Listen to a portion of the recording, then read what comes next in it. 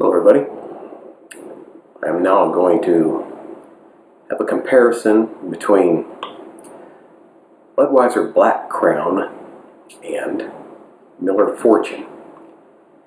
Miller Fortune is a beer that I just happened to have seen while shopping one day.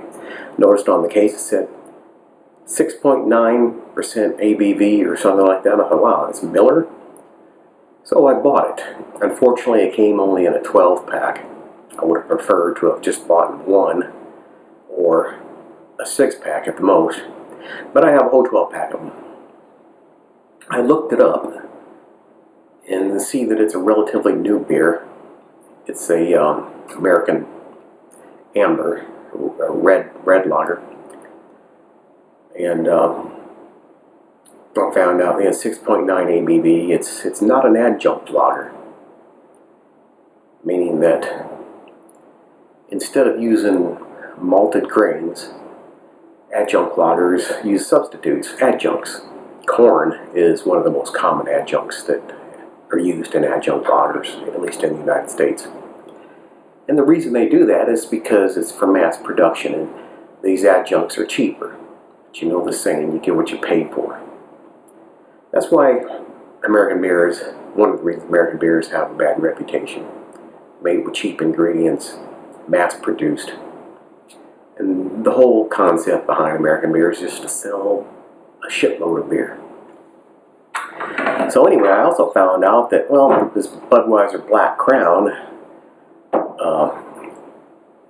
might be a direct competitor for the Miller Fortune. Miller Fortune might have been implemented as a response to Budweiser Black Crown. They seem to be in the same category.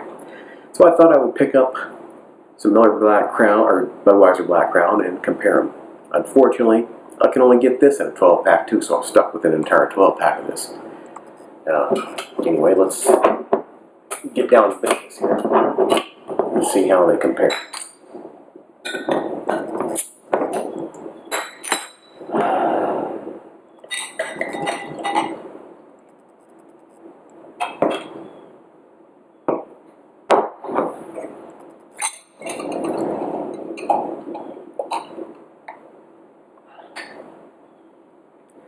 Alright, so here we have the coloring and the head.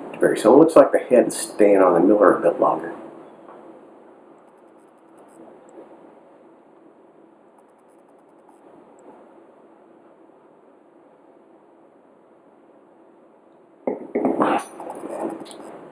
Smell. Well, the smell are very similar. This Miller seems to have some kind of medicine-y or some kind of, I don't know, chemical smell to it. It's hard to describe. I'm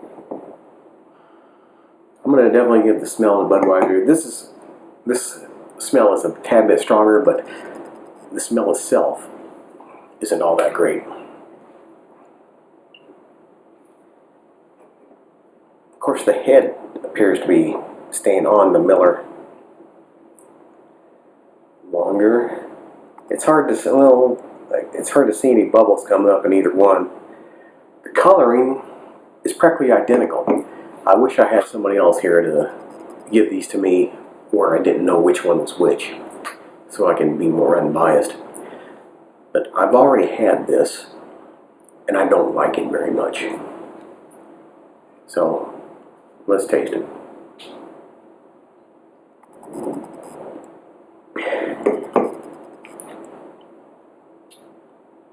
It's a very smooth beer. It doesn't feel carbonated going in your mouth.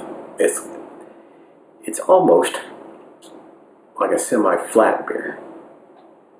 The carbonation it seems weaker than an average beer.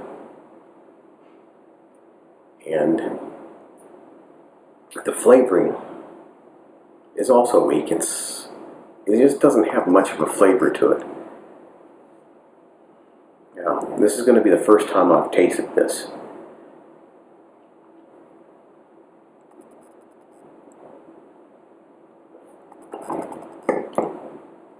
Ain't bad. It's got, the initial flavor is good. The initial flavor going in your mouth is quite good. It's like Budweiser on steroids. Maybe a little bit of a caramel flavor to it. It's difficult to describe. But this is definitely stronger than this, more flavorful. It also feels more carbonated than this.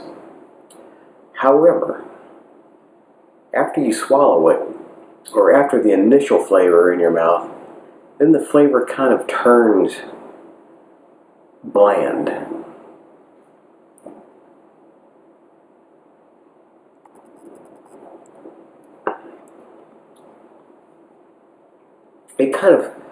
It kind of tastes medicine-y. This one has that medicine-y smell. This one has kind of a medicine-y taste. Interesting. So let's try it with some cheese.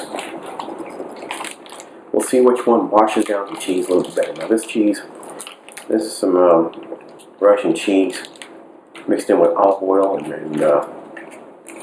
some kind of seasonings. Olive oil, garlic, and herbs. So this cheese isn't salty, but it's smooth. Now we'll wash that down with some Budweiser.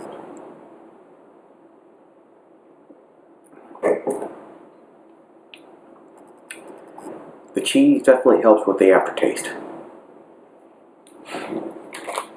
I didn't really experience the aftertaste that much with this after the cheese. Now if this cheese would be more salty and more smoke flavor, then probably even better.